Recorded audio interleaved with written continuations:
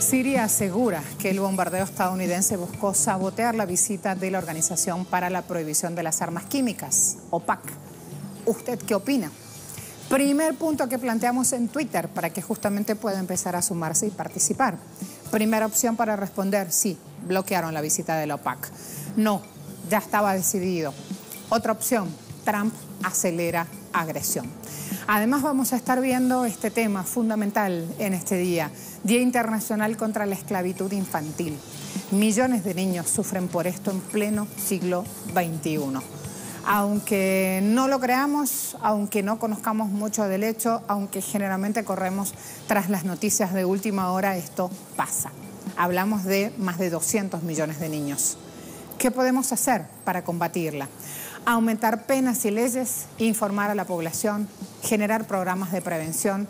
Hay distintas acciones por parte de los estados que supuestamente están en marcha, pero cuando intentan aplicarse en el plano de la realidad no logran su objetivo. Dos temas entonces para Agenda Abierta, entre otros, ya vamos a ir contándoles también qué eventos en vivo vamos a estar abordando. Vénganse conmigo.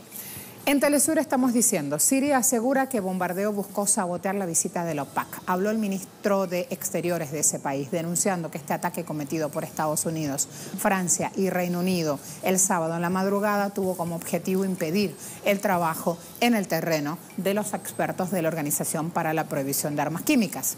Este grupo de expertos tenía que llegar a Siria para empezar su investigación sobre este supuesto ataque químico en Duma. El gobierno sirio indicó que la causa del bombardeo contra ese país se llevó a cabo por el fracaso de la conspiración armada contra Siria y por el éxito del ejército sirio en la lucha contra el terrorismo. Allí tenían entonces Telesur, nuestro portal. Si quieren ingresarse, van a subir también sobre distintos hechos o datos que justamente lo que hacen es sostener esta versión del gobierno sirio. Allí mismo, como ven, tienen un video, pueden darle play y conocer de primera mano las declaraciones del ministro de Exteriores. En última hora, vamos a ver cómo OPAC, a esta hora, hace algunos minutos, iniciaba una reunión de urgencia sobre este supuesto ataque de Duma. Fuentes diplomáticas están dando esta información. AFP lo ha subido en Twitter. La misión de investigación llegó ayer sábado a Damasco. Se prevé que hoy vaya a Duma para iniciar su trabajo. Decía ayer AFP, quien va justamente también mostrando los hechos y citando fuentes del gobierno, en este caso del viceministro sirio de Exteriores, Ayman Susan. Sigo con otro portal. Vamos a sumar información con Hispan TV. Rusia, OPAC certificó eliminación del arsenal químico de Siria. Agrego yo desde acá, no sirvió de nada esto. Las armas químicas de Siria se destruyeron. OPAC verificó este hecho en enero de 2016. Y cuando digo que no sirvió es porque, miren, si esto pasó en enero de 2016, al 2018 de todas maneras se dio el ataque. El bombardeo de Estados Unidos más Reino Unido más Francia. En Siria son los grupos armados los que usan las armas químicas. Recalcaba este domingo Sájarova a la cadena Rusia 1. Hablamos de la portavoz rusa que respondía así a los argumentos usados para justificar esta agresión militar con misiles cometida la noche del viernes al sábado por estas tres potencias, Estados Unidos, Reino Unido y Francia, que repiten una y otra vez que el ejército sirio usó armas químicas en abril, en Duma, en Guta Oriental. Allí mismo, desde ese punto, ayer el ejército sirio con las autoridades de ese país declaraban Guta Oriental libre de grupos armados. Por eso Sájarova, portavoz rusa, dijo: cada vez que el ejército sirio libera otro poblado, otra ciudad, los militares encuentran depósitos con químicos. Allí justamente deja volando esa afirmación. Sana. Rusia e Irán, la triple agresión contra Siria viola leyes internacionales y afecta la solución política de la crisis. Líderes acordaron que esta acción ilegal afecta perspectivas de un acuerdo político en Siria. Allí estaba el presidente Vladimir Putin con esa declaración. El presidente de Irán, Hassan Rouhani, afirmó que la agresión de Estados Unidos, Francia y Reino Unido tiene por objetivo elevar la moral de los grupos armados que han sido derrotados, señalando que los países atacantes no quieren que haya estabilidad en Siria. Seguimos agregando entonces el portal de Sputnik News. Vamos actualizando de manera rápida sobre el hecho. Periódico afirma que Trump pedía atacar objetivos rusos e iraníes en Siria. Como fuente de esta información muy delicada, The Wall Street Journal, un periódico especializado en economía y en finanzas, asegura que Donald Trump insistía en bombardear objetivos rusos e iraníes en Siria. Sin embargo, según este mismo medio que cita fuentes propias, el secretario de Defensa, James Mattis, propuso al líder estadounidense 3 opciones. La primera era atacar instalaciones sirias que tenían relación con presuntas armas químicas. La segunda consistía en bombardear instalaciones de investigación y centros de mando militar. La tercera opción suponía ataques a la defensa antiaérea desplegada por Rusia.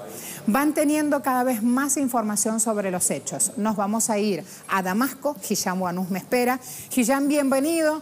Cada vez que abrimos más y más información se devela una caja de Pandora que tiene de trasfondo un falso positivo. Por lo pronto, OPAC está en suelo sirio y sobre eso queremos centrarnos, en la importancia de esta visita y en las evidencias que podrían surgir de su informe. Adelante, compañero. Sí, buenos días, Marcela. Saludos amables televidentes. Desde el pasado sábado llegó la misión de la OPAC a Siria después del ataque, aunque el representante permanente de Siria ante Naciones Unidas, Bashar Jafari, criticó que esta misión estuvo un día completo en Beirut antes de llegar a Damasco. Afirmó que posiblemente alguien le dio instrucciones para permanecer en Beirut hasta que termine la agresión tripartita contra Siria, porque tenía que llegar antes de la agresión y comenzar la investigación que tenía que dar sus resultados. Y en base de esos resultados podrían acusar o no al gobierno sirio de este supuesto ataque químico en la ciudad de Douma. La razón por la cual se atrasó de la llegada de esta comisión a Siria un día completo, después ocurrió esta agresión sin siquiera habían llevado a cabo la investigación o tener pruebas contundentes de que ocurrió el ataque y de que el gobierno sirio es el responsable del mismo, a pesar de que expertos de Rusia visitaron el lugar y levantaron muestras de suelo y de esquirlas y las analizaron y dieron a conocer que no contenían sustancias tóxicas o materiales químicos, lo que evidencia que no hubo ataque químico, según los expertos rusos, únicamente un montaje preparado por parte de los terroristas y los llamados cascos blancos para darle la excusa a Estados Unidos y sus aliados a atacar a Siria. Ahora los expertos de la OPAC realmente el día de ayer mantuvieron contactos y reuniones con las autoridades sirias, sobre todo con el vicecanciller de Siria, Faisal al-Mikdad, y asimismo con dispositivos de la seguridad del país. El día de hoy estaba previsto que entren en la ciudad de Douma para cumplir su trabajo y llevar a cabo una investigación en el lugar de los hechos y posiblemente también entrevistar a los ciudadanos que estaban presentes en el lugar de los hechos cuando ocurrió el supuesto ataque químico. Ahora existen informaciones por parte de la delegación de Reino Unido en la OPAC de que la introducción de estos expertos en Douma se ha atrasado y no entraron debido a la negativa de las autoridades sirias. Responde el representante de Rusia ante la OPAC de que esto no ha ocurrido y que el atraso en la llegada de estos expertos a Siria y a entrar en Douma es debido a la agresión tripartita que ocurrió contra Siria. Pero ante todo hay que destacar que la Cancillería de Siria, el vicecanciller de Siria, Faisal al-Mikdad, dio declaraciones el día de ayer después de reunirse con los expertos de la OPAC de que Damasco está dispuesta a cooperar al máximo con esos expertos investigadores para que lleven a cabo su trabajo, pero exigió que ese trabajo se desarrolle de forma transparente, profesional, ética, de forma neutral y lejos de las presiones occidentales. La misma petición del pueblo sirio que el día de hoy tomó las calles y las plazas en las diferentes ciudades del país, en primer lugar para celebrar el Día de la Independencia que coincide mañana. También celebrar los triunfos del ejército árabe sirio en la lucha contra los terroristas en Ghouta Oriental y asimismo celebrar que el ejército árabe sirio ha logrado hacer frente a la agresión tripartita contra su país y ha logrado condenar a esta agresión al fracaso. El pueblo sirio exige también que esta organización de la provisión de las armas químicas lleve a cabo su trabajo de forma neutral y evidencia la realidad que está en el lugar de los hechos, de que no ha ocurrido un ataque químico y todo ha sido un montaje. Así lo afirman los ciudadanos y también las autoridades, y se espera que esta comisión termine su trabajo entre hoy y mañana y presente su informe ante la Organización Internacional de la OPAC antes del miércoles. Y en base de este informe se tomarán las decisiones con respecto a la situación en Siria. Aunque el día de hoy está previsto en el Consejo de Seguridad de Naciones Unidas someter a votación un proyecto de resolución presentado por Estados Unidos, Reino Unido, Francia y redactado por Francia sobre la creación de un nuevo mecanismo de investigación en el caso de las armas químicas en Siria y establecer un alto el fuego duradero en el país para permitir la introducción de la ayuda humanitaria.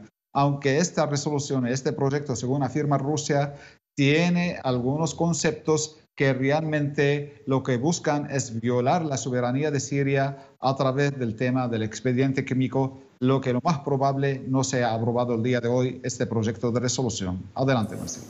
Por favor, espérame, que necesito contextualizar algo. Mientras nos hablabas, rodaban imágenes del festejo justamente de los ciudadanos, de ese airecito que implicó salir a casa después de los bombardeos, después de más de 100 misiles y encontrarse vivos, aunque obviamente en una ciudad devastada. Luego de eso se han visto los resultados y se están levantando los trabajos en los terrenos, en el terreno de los hechos, para ver cómo quedó más dañada aún la infraestructura. Pero las imágenes que acompañaban, si no se entiende la gravedad de los hechos que estás mostrando con las imágenes de festejos de niños con banderas del país, Hisham, estamos hablando de esa celebración en ese día. Encontrarse vivos, señores, en este contexto no es poco realmente.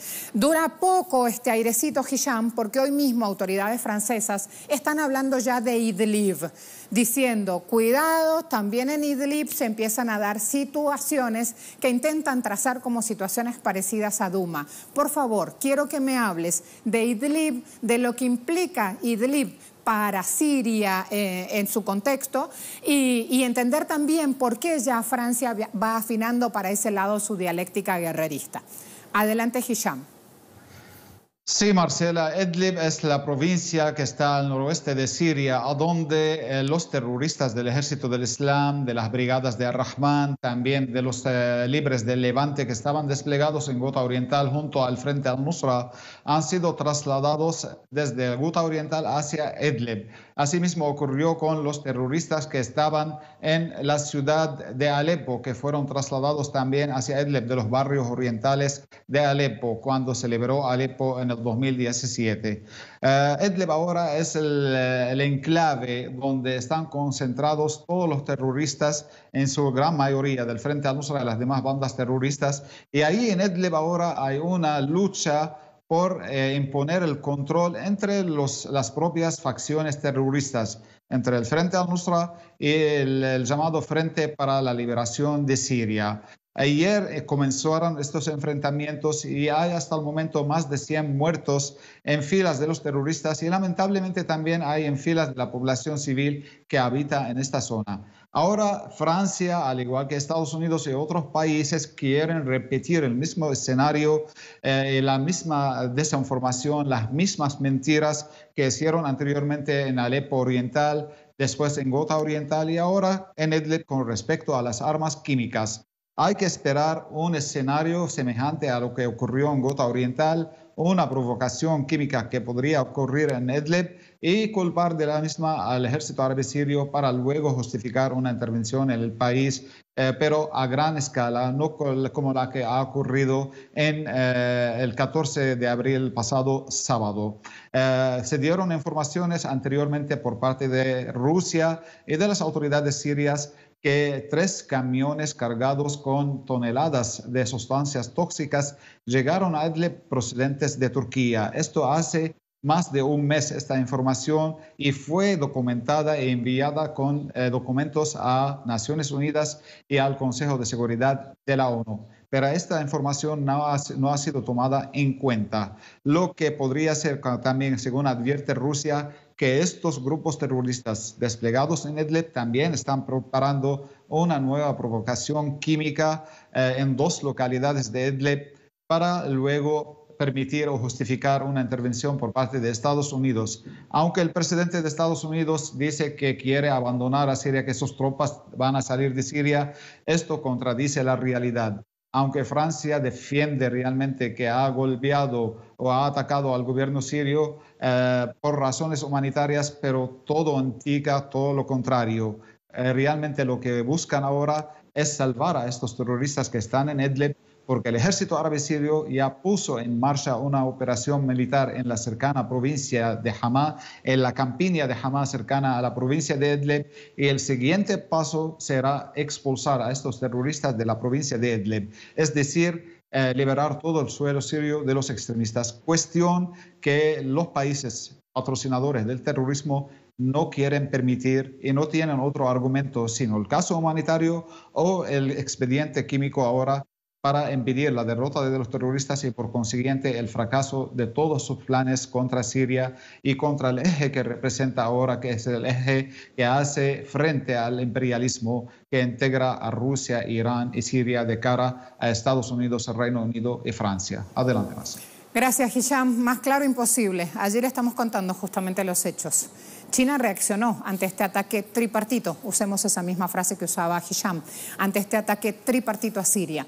Veamos lo que dijo la portavoz de Exteriores, Hua Yunchin. La Carta de Naciones Unidas define claramente en qué situación puede usarse la fuerza militar, dijo la portavoz. Estados Unidos, Reino Unido y Francia, al atacar a Siria, violaron este principio fundamental del derecho internacional sobre prohibición del uso de la fuerza militar, calificando el acto como irresponsable.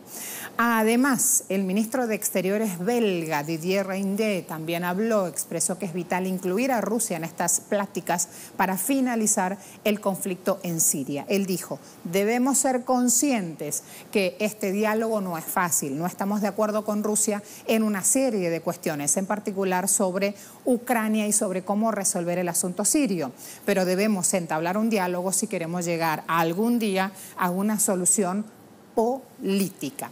Además, un periodista de la BBC se mostró escéptico acerca de este supuesto ataque químico en Douma, en Ghouta Oriental. Allí muchos países occidentales no dudaron en culpar a Damasco sin pruebas. Y este hombre, que también es un productor de noticias, ha dado... por favor avancen, ha dado justamente un pronunciamiento muy certero. La postura justamente sigue los temas en Siria y él ha escrito lo siguiente. El texto está en inglés, vamos a avanzar desde acá. ¿Qué es lo que dijo este hombre y que no pasó desapercibido justamente en redes sociales? A ver la traducción.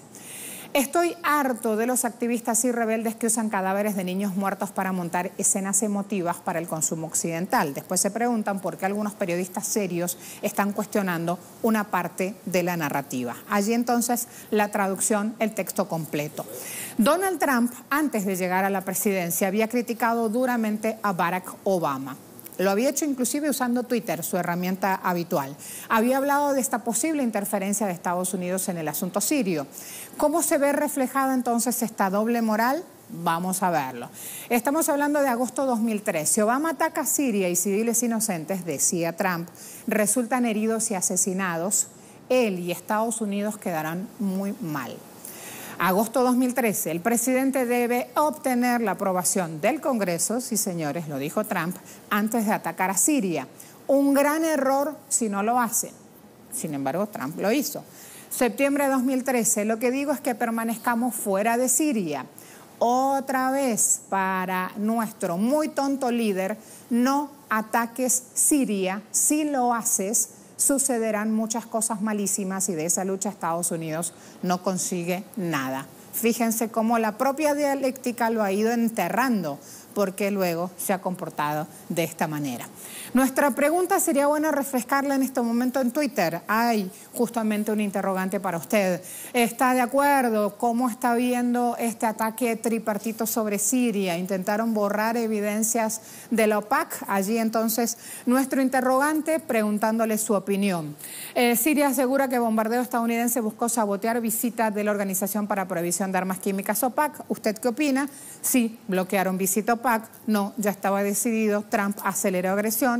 Múltiples opciones para que usted sume también su opinión y vaya participando junto a nosotros. Se viene la pausa, ya seguimos en nuestra agenda abierta.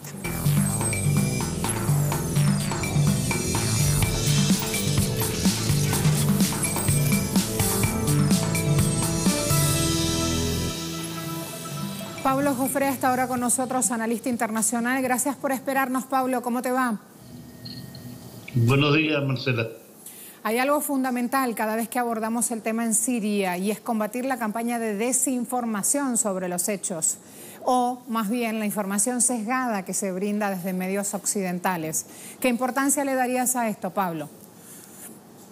Es fundamental combatir no solo los sesgos, sino también los intereses que hay detrás de la información sesgada, interesada, de la información tergiversada, es decir, todo aquello que los medios, principalmente vinculados a las grandes agencias y medios de comunicación occidentales, sobre todo de estos tres países que han atacado a Siria, ¿no? Estados Unidos, Francia y Gran Bretaña, que poseen un porcentaje importante de las agencias y los medios de comunicación que transmiten a través de sus cables, de su información, de su entrega de noticias a gran parte del mundo occidental.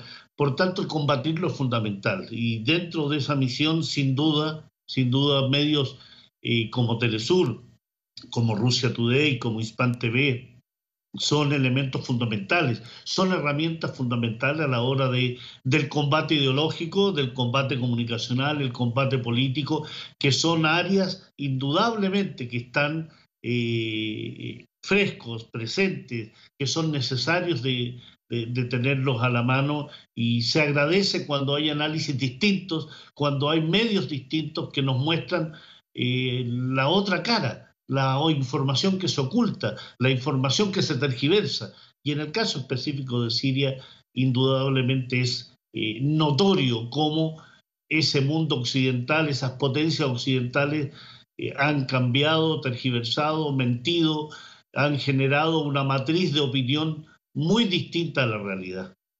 Hablemos de los cascos blancos, justamente, empezando a desmenuzar la información y las matrices de opinión. Cascos blancos en Siria, su tarea real, lo que efectivamente hacen en el terreno de los hechos. Bueno, en el tema de los cascos blancos es absolutamente conocido que el origen de los cascos blancos está fuera de Siria. Los cascos blancos no nacen en Siria. Lo que han pretendido los cascos blancos como artistas del montaje, que los denomino yo, son generar una distorsión de la realidad. Recordemos que los cascos blancos nacen en Turquía, nacen en el año 2013 de la mano de un oficial y un funcionario de la diplomacia británica, el sargento James Le Menuisier, quien recibe fondos y financiamientos no solo de Gran Bretaña, sino también de organizaciones como la USAID norteamericana. Se calcula que más de 100 millones de dólares han recibido los cascos blancos desde el año 2013 a la fecha. ¿Para qué? Justamente para destinarlos a acciones de tergiversación, montajes, operaciones de bandera falsa, como el que hemos visto y del cual somos testigos en Ghouta Oriental, en la ciudad de Duma.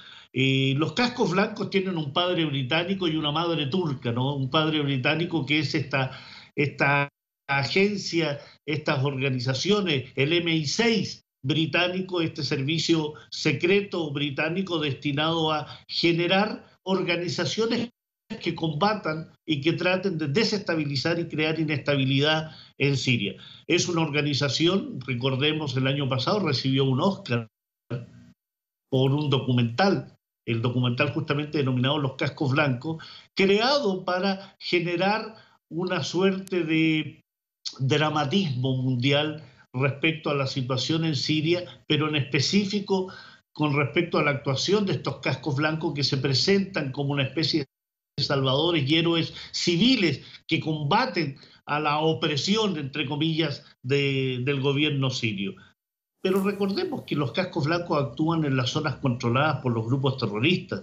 Recordemos que los cascos blancos en general han sido acusados de estar en complicidad con grupos, específicamente Fatah al-Sham, el ex Frente al-Nusra.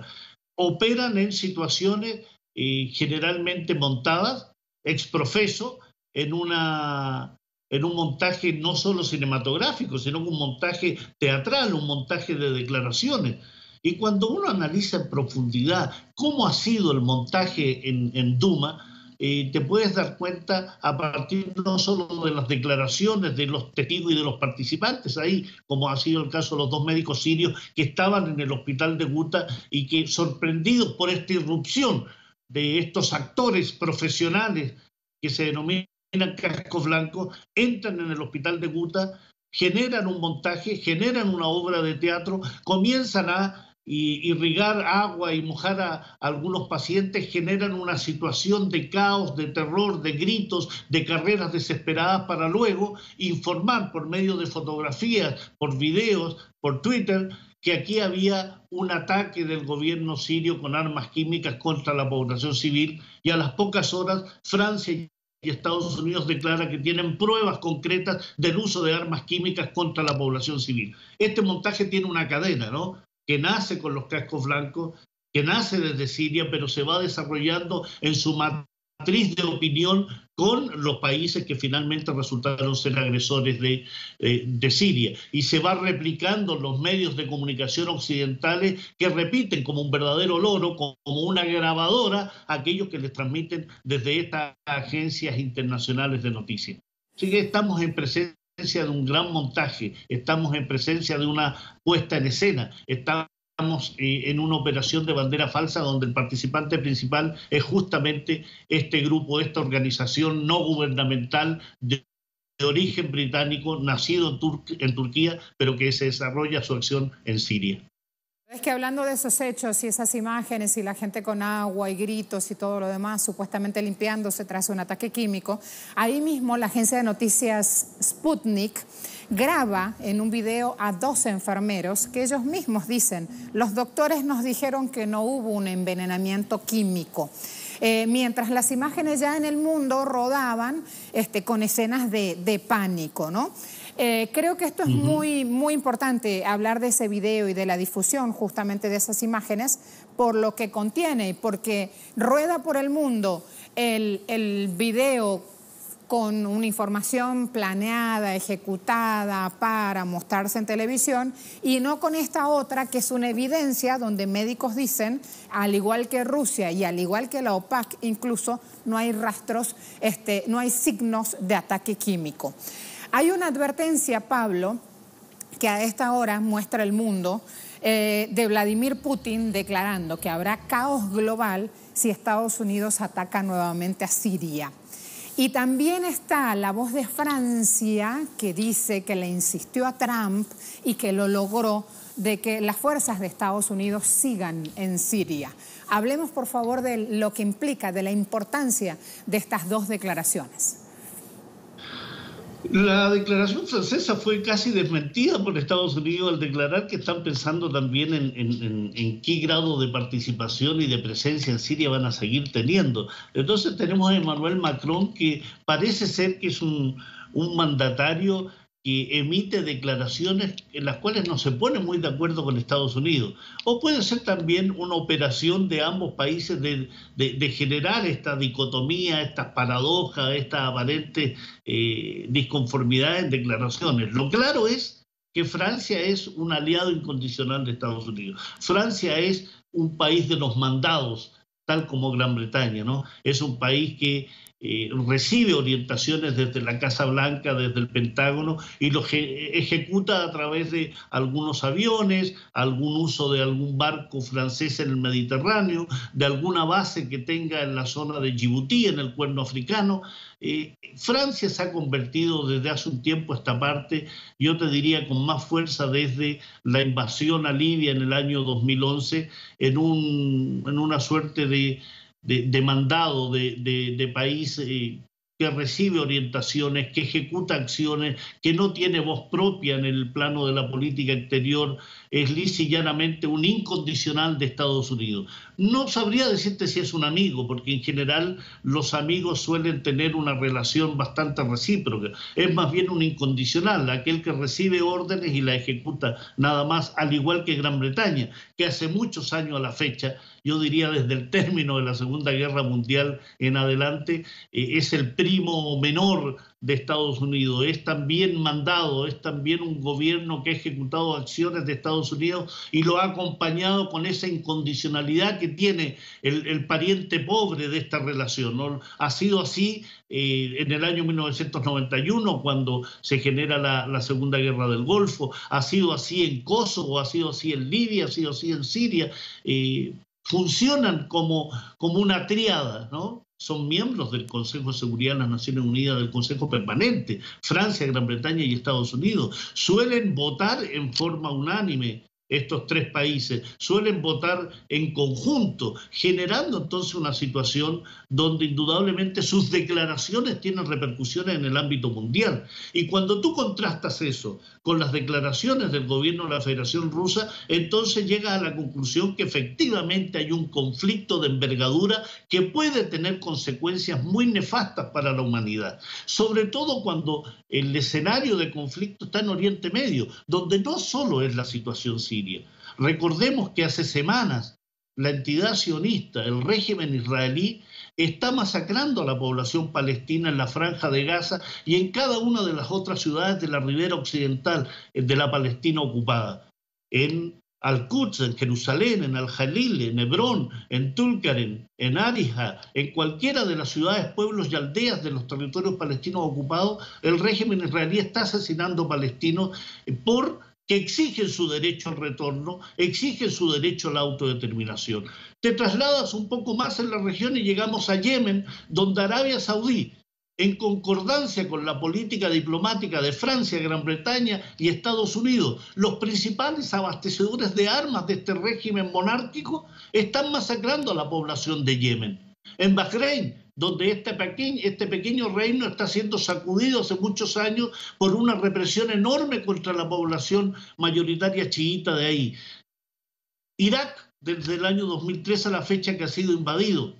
Es decir, Oriente Medio no es solo Siria, no es solo la situación que está acaeciendo en esta agresión criminal contra Siria desde marzo del año 2011. Son otras situaciones también donde vemos a los mismos actores, Francia, Gran Bretaña, Estados Unidos, junto a sus aliados, junto a los regímenes de Israel y de Arabia Saudí, en combate, en represión, en asesinatos de la población del levante mediterráneo. Y en este escenario, sin duda, la presencia de la Federación Rusa ha sido un bálsamo para aquellas sociedades que ven que hay un contrapeso, que hay la posibilidad de poder contrarrestar ese dominio occidental y sus aliados en la región, donde también la República Islámica de Irán, a través de su apoyo principalmente al Líbano, a Siria, al pueblo palestino, también genera este balance en este clásico desbalance que ha tenido la zona.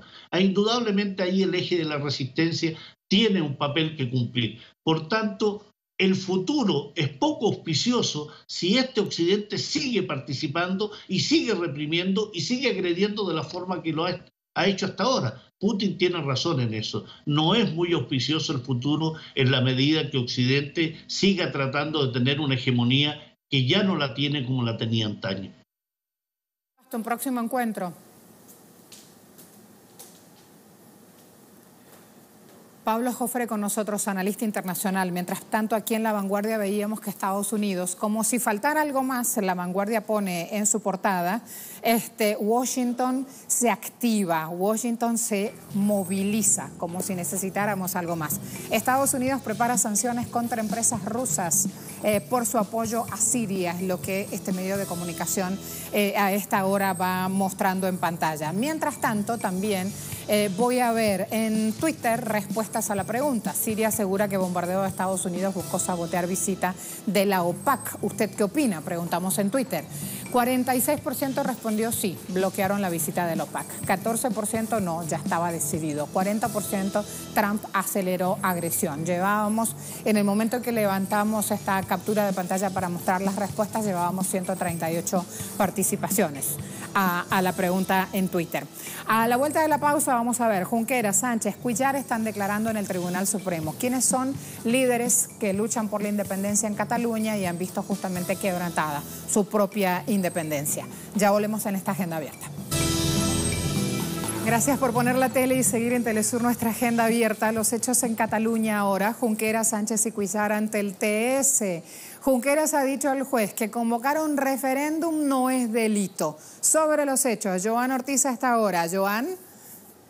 ¿Qué tal, Marcela? Incluso te añadiría otra más. Bien, todo bien, pero te añadiría, no solamente no es delito convocar este referéndum, sino que además, y lo ha dicho Junqueras ante el mismo juez, que no se ha dedicado ni un solo euro, ni un dinero público en definitiva, para poder realizar este referéndum.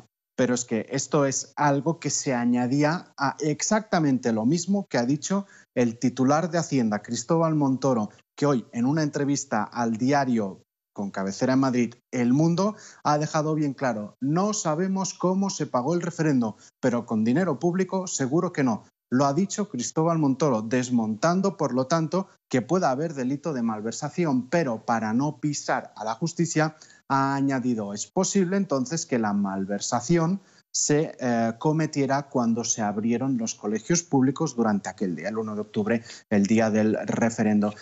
Y es posible, pues efectivamente, que eso tuviera un coste y ahí es donde podría haber el delito de malversación. Es lo que ha dicho el titular de Economía, luego lo ha dicho Oriol Junqueras. Pero también me gustaría añadirte, Marcela, no son los únicos que comparecían ante la justicia.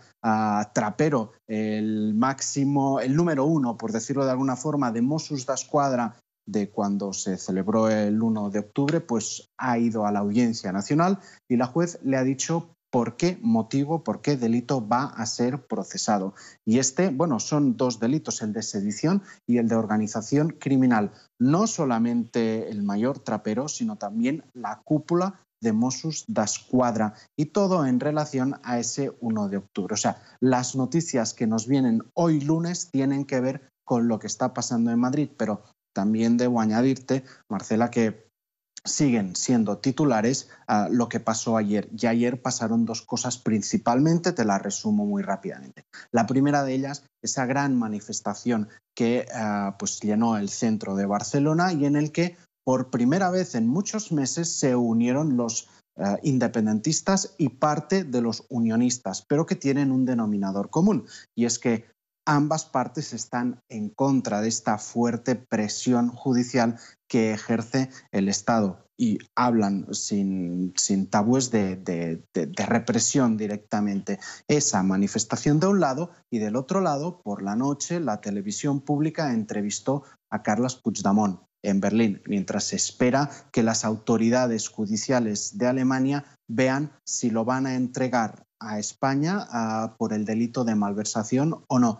Y mientras espera, pues concedió esta entrevista en la que dijo que su prioridad por ahora es agotar las posibilidades de que Jordi Sánchez sea investido presidente de la Generalitat, y si esto no es posible, pues que haya otro candidato, un nuevo candidato. Sería ya el cuarto candidato, teniendo de tiempo, eso sí, el 22 de mayo para formar gobierno, porque si antes del 22 de mayo no se forma gobierno, automáticamente se iría a unas nuevas elecciones. Y si me permites, un dato: hoy, 16 de abril, se cumplen 6 meses del ingreso a prisión de las primeras personas encarceladas, Jordi Sánchez y Jordi Cuixart. Marcela. Muchas gracias, Joan. La actualización, los hechos los vamos siguiendo en pantalla de Telesur. No es lo mismo que le cuenten a ir allí mismo al lugar y tener un especialista narrando lo que ocurre. En vivo, en directo, esto está pasando. Acompáñenme los buenos, síganme. Bueno, te sigo. ¿Así? ¿Cómo estás? Buen día, ¿cómo estás? Yo muy bien. sabía que me ibas a seguir y que iba a aprender la frase. Ajá, ¿Cómo anda todo? ¿Qué tal el finde? Bien. Qué sorpresa ayer, ¿no? ¿Estuviste pegado al mundo motor? Con el mundo motor, por supuesto. Sí, ganó Daniel Ricciardo. Don Yuki. Me gusta mucho el deporte motor. ¿Te gusta mucho? Me gusta mucho. Ricciardi ni hablar, lloraba y todo. Es un joven que está destacando en este mundo de la Fórmula 1. ¿De qué hablamos? Mira. Vamos a comenzar hablando primero de la Copa América Femenina, Marcela. Ya están las 4 clasificadas. Hoy arranca, de hecho, ya esta fase final de la Copa América. Luego de la clasificación de las últimas 4 selecciones, hoy entonces se reanudan las acciones y permanecen estos equipos con oportunidades para el cupo mundialista de 2019. Ahí tenemos los encuentros del día de hoy. Se enfrenta Colombia ante Argentina, 2 grandes favoritas. Van a verse entonces las caras. Esto va a ser en el estadio La Portada, en La Serena, en Tierra Austral, Chile, a las 4:45 hora local. Por su parte, la anfitriona de Chile va a estar enfrentando el día de hoy a Brasil, nada más y nada menos que cuenta con la mejor jugadora del mundo, Marta, allí también en la misma Serena, un poco más tarde, ya a las 7 de la noche. Y vamos a seguir hablando de fútbol en Sudamérica, y es que en la Superliga Argentina, Independiente consiguió superar al Boca Juniors en esta fecha 23 del torneo con un polémico gol desde el punto penal. Siguen las polémicas por este tipo de acciones en el balompié. Ahí tenemos precisamente la revisión en el portal de Infobae, en la que hablan de este partido en el cual Independiente consiguió entonces asestarle a Boca una segunda derrota consecutiva en la Superliga. Le ganó 1-0 con un tanto de Martín Benítez en ese encuentro que tuvo mucha polémica, sobre todo por la acción en la que el Cheney se reclamaba desde el punto penal ese descuento. Ya en el Estadio Libertadores de América, el rojo se acomodó ahora en la zona de acceso hacia la Copa Libertadores con 40 puntos, mientras que Boca, escuchen bien, se quedó 4 puntos por encima de Godoy Cruz y debe buscar recuperarse el próximo domingo ante el Newell's para que consiga ganar su sueño de la Superliga. Ahí vemos también los otros encuentros, los otros resultados. River Plate también consiguió imponerse 2-0 ante Rosario Central. Por su parte, Chacarita cayó ante el Colón 2-0. Igual manera, Patronato tampoco tuvo suerte ante Estudiantes La Plata, mientras que Unión Santa Fe igualó en goles ante Tigre. Bien, y vamos a cambiar de temas. Como ya lo decíamos, hablábamos del deporte motor. Daniel Ricciardo de Red Bull ganó este domingo el Gran Premio de China de Fórmula 1 en una carrera marcada por algunos incidentes que tuvo lugar justamente, o el segundo lugar lo tuvo Valtteri Bottas, y Kimi Raikkonen logró el tercer puesto. Ahí vemos precisamente la revisión entonces de la noticia. Luego de una primera mitad tranquila, el australiano se había visto beneficiado por la salida de un auto de seguridad en la vuelta 31 debido a un choque entre los Toro Rosso de Pierre Gasly y Brendan Hartley. También el holandés Max Verstappen había intentado alcanzar a Hamilton y fue Sebastián Vettel justamente quien chocó contra ambos y acabaron entonces girando sobre la pista. Esto, por supuesto, benefició a Ricciardo y ahora esta victoria ya lo ubica en el 4º lugar de la tabla con 37 puntos, a solo 3 unidades de Valtteri Bottas. Se calienta el Mundial de la Fórmula 1 en su tercera fecha.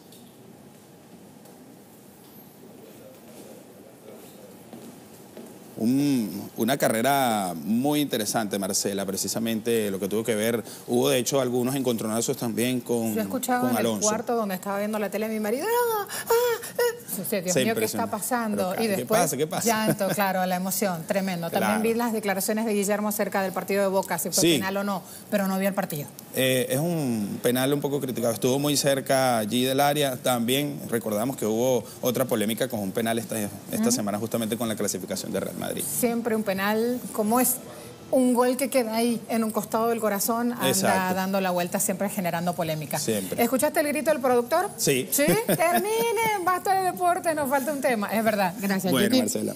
Pausa rápida, ya volvemos.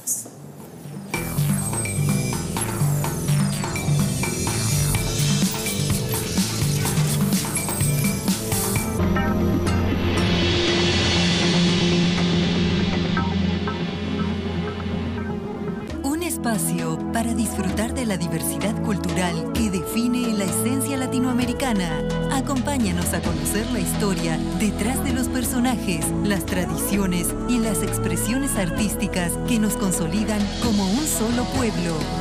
Vidas. Viernes. Solo por Telesur.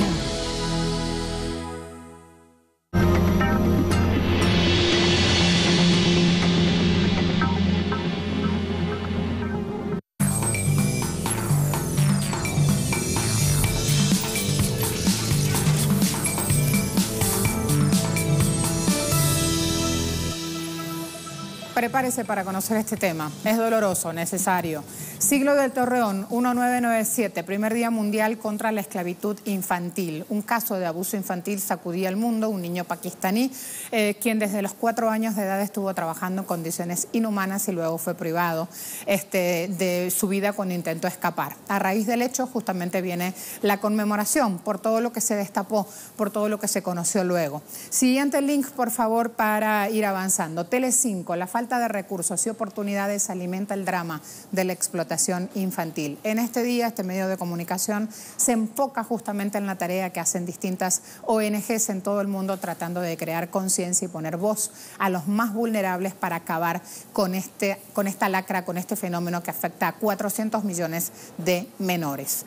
Avanzo, otro link, por favor. La Vanguardia, 77% de los niños que migran por el Mediterráneo hoy, en la actualidad, siglo XXI, sufre abusos. Lo denuncia un movimiento, el movimiento cultural cristiano. Está dando este dato que es de por sí aterrador, 77% de los niños. ¿Recuerdan las imágenes entre tantas alambradas, entre tantos cercos, en pleno Mediterráneo, bajando de balsas, muchos de ellos muertos? Siguiente link de otro medio de comunicación. ¿A qué se llama trabajo infantil? Bueno, UNICEF ha preparado este trabajo y ha dado una definición. Cualquier trabajo que supere una cantidad mínima de horas, dependiendo de la edad que tiene el niño, de la naturaleza del trabajo. Este tipo de trabajo se considera perjudicial para la infancia y por lo tanto tiene que eliminarse. Entre 5 y 11 años, al menos 1 hora semanal de trabajo remunerado o 28 horas semanales de trabajo doméstico. Entre 12 y 14, al menos 14 horas semanales de trabajo remunerado, 28 horas semanales de trabajo doméstico. Entre 15 y 17 años, al menos 43 horas de trabajo remunerado o de trabajo doméstico semanal. Van teniendo ahí las brechas, cómo van avanzando, justamente como UNICEF sitúa de esta manera el trabajo infantil de acuerdo a la porción de edades. Lo vamos avanzando un poco más despacio para ir viéndolo. Nos falta una brecha que les he hecho mucho hincapié en que terminan los 17 años, que es una edad donde en Latinoamérica sobre todo ya sabemos que hay menores trabajando. La cuestión es en qué condiciones y en qué horarios. Jacobo Espinosa, licenciado en Psicología Social, me acompaña. Jacobo, ¿cómo le va? Muchas gracias por atendernos. Muy bien, muchas gracias. ¿Por qué es necesario que hoy abramos el tema y una conmemoración más? Expliquemos la importancia de lograr más conciencia y de lograr leyes en nuestros países que protejan a nuestros niños. Sí, es muy importante tomar en cuenta este día porque parece que nos está pareciendo cada vez más normal el trabajo de los niños. Nos olvidamos que ellos necesitan ciertas condiciones en la infancia. Todos necesitamos ciertas condiciones para poder desarrollarnos, aparte de que pues las leyes internacionales, el UNICEF tiene varios derechos y uno de ellos es a no trabajar hasta que nos hayamos desarrollado física y psicológicamente, ¿no? Entonces es importante no hacer normal este punto de vista de que los niños pueden trabajar si se hace algo ligero o por condiciones familiares y económicas se tiene que trabajar. Estamos viendo que se está normalizando esta situación, lo cual no debe de ser. Hablaba justamente con la importancia de acabar con las normas sociales que le dan un marco legítimo, digamos, al trabajo infantil. Creo, para cerrar este análisis también con la importancia de vida, la importancia de dar empleo de calidad a los adultos que tienen niños a cargo. Y creo que esto es como la síntesis obligada del tema, pero a la vez imposible de conseguir, por cómo están dadas las cosas justamente, porque quienes más dinero tienen en su mano lo siguen acaparando y menos se derrama justamente sobre el resto de los mortales esa ganancia. También aparece esto como componente de la desigualdad social. ¿Qué cree usted? Claro, es el origen principal, la desigualdad y la falta de recursos económicos a través de las naciones, principalmente las latinoamericanas, donde pocos son los que tienen mucho dinero y muchos somos los que tenemos pocos ingresos, y eso se va reflejando en la familia, que es la base social, y en la niñez, que es de los más vulnerables dentro de la familia, ¿no? Pero sí, todo empieza desde un término económico. Si hubiera, no hay ningún niño rico que trabaje. Todos los niños son de familias con pocos recursos económicos, y eso empieza por una desigualdad en todo el mundo, en donde pocos son los que tienen muchos recursos, y si se distribuyera como se debe esa riqueza, pues mucho más gente estaría en condiciones de mandar a la escuela como debe de ser, y de permitir un desarrollo infantil adecuado. Jacobo, por este tiempo, hasta la próxima. Muchas gracias, hasta luego. Jacobo Espinoso, que nosotros en el análisis le preguntamos a usted en redes sociales cómo combatir justamente este flagelo. Hemos hablado también de millones de niños que la están pasando mal en pleno siglo XXI. Fíjense las respuestas que nos dieron. Estamos hablando de aumentar penas y leyes. Va a aparecer allí el porcentaje, desde aquí se me hace difícil leerlo. 41% aumentar penas y leyes. Informar a la población, 16%, generar programas de prevención, 43%. Fíjense cómo están cómo están ahí a la par. En el año, lo que tengo acá son las respuestas sin los porcentajes, así que por eso hemos hecho esta lectura así mano a mano con la producción, para que lo puedan ver justamente ese trabajo gráfico que está en pantalla. Tiempo de despedirnos. Gracias a todos por acompañarnos. Sigan Agenda Abierta. Hay más para usted. Ya Daniela con nosotros con las noticias. Dani, ¿cómo te va? ¿Cómo estás? Hola Marce, buenos días, feliz inicio de semana. Lo mismo, qué bonita estás con ese color. Aparecí despacito detrás de la columna. Adelante, compañera, hasta luego. Marce. Buenos días a todos ustedes, veamos titulares.